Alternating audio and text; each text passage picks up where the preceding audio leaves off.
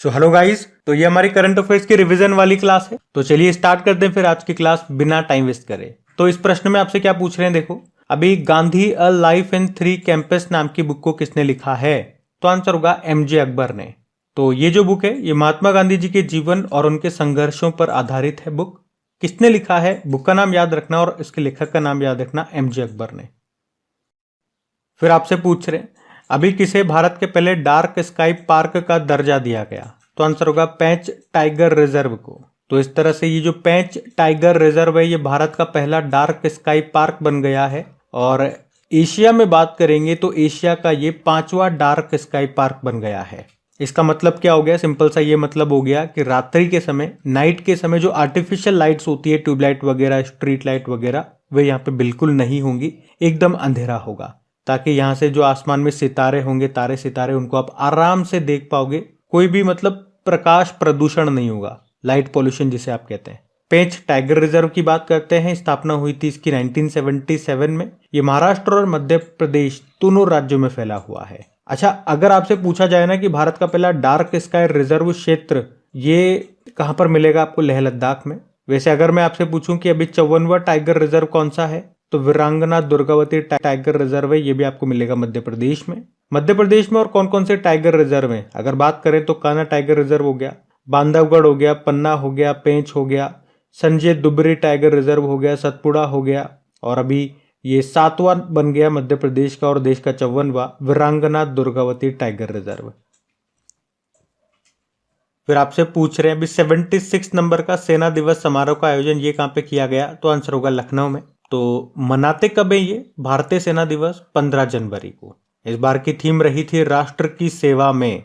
15 जनवरी को ही क्यों मनाते हैं मैं आपको बता चुका हूं, क्योंकि 15 जनवरी 1949 को भारतीय सेना के जो पहले कमांडर इन चीफ थे वो फील्ड मार्शल के.एम. करियप्पा बने थे, इसीलिए 15 जनवरी को ये दिवस मनाते हैं। अच्छा, वैसे अगर पूछे ना आपसे कभी एग्जाम में कि भारत के आखिरी ब्रिटिश कमांडर इन चीफ कौन थे, तो आंसर होगा फ्रांसिस बुचर थे। और इस साल 76 नंबर का सेना दिवस समारोह का आयोजन कहाँ पे किया गया? लखनऊ में किया गया। आपको याद होगा इसी प्रकार नौसेना दिवस जो 2023 में आपने मनाया था 4 दिसंबर को, वो कहाँ पे मनाया था? महाराष्ट्र के सिंधु दुर्ग किले में। और वैसे वायुसेना दिवस कब होता है? वो 8 अक्टूबर को होता है। और याद रखना कि भारतीय सेना ने अभी 2024 को किस वर्ष के रूप में घोषित किया, ये प्रश्न बन सकता है। प्रौद्योगिकी अवशोषण वर्ष के रूप में, यानी कि टेक्नोलॉजी एब्जॉर्प्शन ईयर। अगला प्रश्न देखते हैं। अगले प्रश्न में पूछ रहे हैं अभी ऑपरेशन अमृत ये किस राज्य में शुरू किया गया? तो आंसर होगा केरल में। क्यों किया गया? तो राज्य में जो एंटीबायोटिक का जो दुरुपयोग हो रहा है उसको कंट्रोल करने के लिए, दुरुपयोग हो रहा है मतलब जो एंटीबायोटिक होती है हमारे शरीर के लिए नुकसानदायक होती है, तो अगर डॉक्टर उसको प्रेस्क्राइब्ड करता है, पर्ची में लिखता है, तभी आपको दी जाए, वरना कोई भी उठ करके चल जाता है मेडिकल शॉप में कि भैया ये हो रहा है, और मेडिकल वाला उसको एंटीबायोटिक पे एंटीबायोटिक देता जाता है, जिससे उसके शरीर का नुकसान होता है। तो इसीलिए कहा कि एंटीबायोटिक के राज्य में जो दुरुपयोग हो रहा है उसको कंट्रोल करने के लिए ये ऑपरेशन अमृत शुरू किया गया है। कहाँ पे? केरल में। केरल जिसकी कैपिटल होती है तिरुवनंतपुरम। मुख्यमंत्री पिनाराई विजयन है और आरिफ मोहम्मद खान यहाँ पे गवर्नर है। अगला प्रश्न देखते हैं। फिर आपसे पूछ रहे अभी हाल ही में हुए पहले बीच गेम्स 2024 में पहले स्थान पे कौन रहा? तो आंसर होगा मध्य प्रदेश। तो ये पहली बार हुए बीच गेम्स 2024 में। पूछेंगे कहाँ पे हुए? तो दीव में हुए। दीव में जो घोघला बीच है वहां पे हुए ये, और इसमें टॉप पे मध्य प्रदेश रहा है, सेकंड पे महाराष्ट्र रहा है, और इसका समापन समारोह अगर पूछे तो वो INS खुक्री में हुआ था। मैं आपको याद दिलाना चाहूंगा कि अभी जो नेशनल गेम्स हुए थे 2023 में 37 नंबर का एडिशन था, जिसका शुभंकर था मोगा। ये गोवा में हुए थे और उसमें टॉप पे महाराष्ट्र था। अब 2024 वाले नेशनल गेम्स भी याद रखना, जो 38 नंबर का एडिशन है वो कहाँ पे होंगे? उत्तराखंड में होंगे। फिर आपसे पूछ रहे विश्व आर्थिक मंच की 54वीं वार्षिक बैठक ये कहाँ पे हुई? दाओस में। तो वर्ल्ड इकोनॉमिक फोरम ये हर साल अपनी बैठक का आयोजन यहीं पे करता है, दाओस स्विट्जरलैंड में। अभी 2024 में इसकी 54वीं बैठक हुई थी, जिसकी थीम थी रिबिल्डिंग ट्रस्ट, विश्वास को पुनः बनाना। देखो, वर्ल्ड इकोनॉमिक फोरम की बात करें, स्थापना होती है 1971 में, हेडक्वार्टर है कोलोगनी स्विट्जरलैंड में, और ये कई तरह की रिपोर्ट्स जारी करता है। जैसे कि मैं आपको बताऊं तो ग्लोबल जेंडर गैप रिपोर्ट ये जारी करता है, ग्लोबल रिस्क रिपोर्ट जारी करता है, ग्लोबल कॉम्पिटिटिवनेस रिपोर्ट जारी करता है, travel and tourism competitiveness report जारी करता है, inclusive growth and development report जारी करता है, तो ग्लोबल ह्यूमन कैपिटल रिपोर्ट भी ये जारी करता है। फिर आपसे पूछ रहे हैं कि जासूसी उपग्रह है, सैटेलाइट है ऑप्टिकल 8, इसका सफल प्रक्षेपण किसने किया? तो आंसर होगा जाक्सा ने। जाक्सा ये जापान की स्पेस एजेंसी है और अभी इसी ने ऑप्टिकल 8 जो कि इसका ये जासूसी उपग्रह है, मतलब ये जापान के लिए जासूसी करेगा, अंतरिक्ष में खुफिया जानकारी प्राप्त करेगा। इसका नाम है ऑप्टिकल 8 सैटेलाइट, इसको जाक्सा ने लॉन्च किया है। किस रॉकेट से लॉन्च किया? तो HIIA रॉकेट से, जिसका निर्माण किया है मित्सुबिशी नाम की कंपनी ने। आपको याद हो तो भारत की जो स्पेस एजेंसी है इसरो और जापान की मैंने आपको बताई जाक्सा, ये दोनों मिलकर के एक मिशन लॉन्च कर रही है जिसका नाम है लुपेक्स मिशन। लुपेक्स मतलब होता है लूनर पोलर एक्सप्लोरेशन मिशन। और इसी तरह से नासा के साथ मिलकर के इसरो कौन सा मिशन लॉन्च कर रहा है या कौन सा सैटेलाइट? तो निसार, मतलब NASA ISRO synthetic aperture radar, ये ध्यान में रखना। फिर आपसे पूछ रहे हैं कि यूनाइटेड अरब अमीरात ने किसे अंतरराष्ट्रीय खेल व्यक्तित्व पुरस्कार 2023 से सम्मानित किया? तो आंसर होगा जियानी इन्फेंटो। तो ये अंतरराष्ट्रीय खेल व्यक्तित्व पुरस्कार 2023 है, किसने दिया? यूनाइटेड अरब अमीरात ने। और किसे दिया? जियानी इन्फेंटिनो को। ये फीफा के हेड हैं, इसलिए इनका नाम इंपॉर्टेंट है। अच्छा, एक पॉइंट और याद रखना कि फीफा बीच सोकर वर्ल्ड कप 2024 में जो होंगे वो यूनाइटेड अरब अमीरात में ही होंगे। बाकी थॉमस बक कौन है? इंटरनेशनल ओलंपिक कमेटी के ये हेड है, इंटरनेशनल ओलंपिक कमेटी। अभी इसकी बैठक हुई थी मुंबई में, स्थापना हुई थी 23 जून 1894 को। बाकी पीटी उषा ये भारतीय ओलंपिक संघ की अध्यक्ष बनी थी, पहली महिला अध्यक्ष बोलो आप। और इनकी ऑटोबायोग्राफी है गोल्डन गर्ल। ग्रेग बार्कले ये तो न्यूजीलैंड से हैं, जो कि आईसीसी के सीईओ हैं। अगला प्रश्न देखते हैं। फिर आपसे पूछ रहे हैं कि अभी मकर विलक्कू उत्सव का आयोजन ये कहां पे हुआ? केरल में हुआ।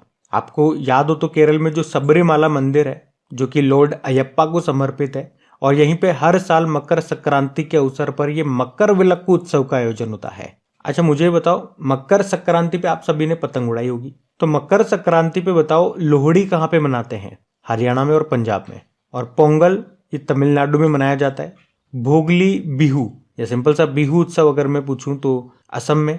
खिचड़ी उत्तर प्रदेश में और बिहार में मनाई जाती है। और उत्तरायण के त्योहार के रूप में मनाया जाता है इस दिन को गुजरात में। तो ये वो इंपॉर्टेंट त्योहार हैं जो मकर संक्रांति के दिन मनाते हैं। हम तो पतंग उड़ाने में रह जाते हैं, हमें नहीं पता होता, तो आप ध्यान रखना। फिर आपसे पूछ रहे हैं अभी भारतीय सेना ने सैन्य इतिहास के डिजिटल संग्रह के लिए कौन सा प्रोजेक्ट शुरू किया? तो आंसर होगा प्रोजेक्ट शौर्य संकलन।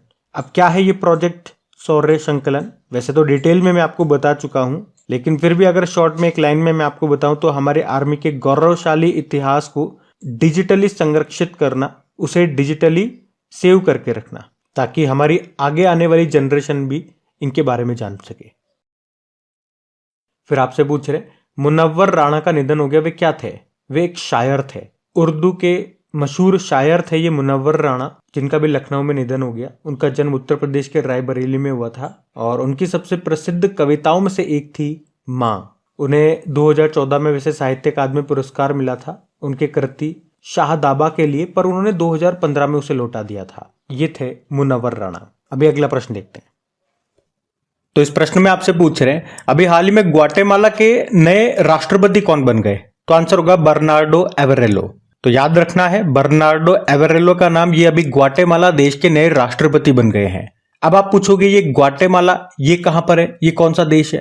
तो ये नॉर्थ अमेरिकी देश है जिसकी कैपिटल होती है ग्वाटेमाला सिटी, करेंसी है ग्वाटेमाला क्वेट्जाल और प्रेसिडेंट बर्नार्डो एवरेलो। बाकी ऑप्शन से भी आप देखो, गैब्रियल एटल, यह भी फ्रांस के सबसे युवा वो वहां के पहले समलैंगिक प्रधानमंत्री यानी कि गे प्रधानमंत्री बने थे। सुक्सेस मसरा चाड के नए प्रधानमंत्री बने और Felix Tshisekedi Democratic Republic of Congo के प्रेसिडेंट बने।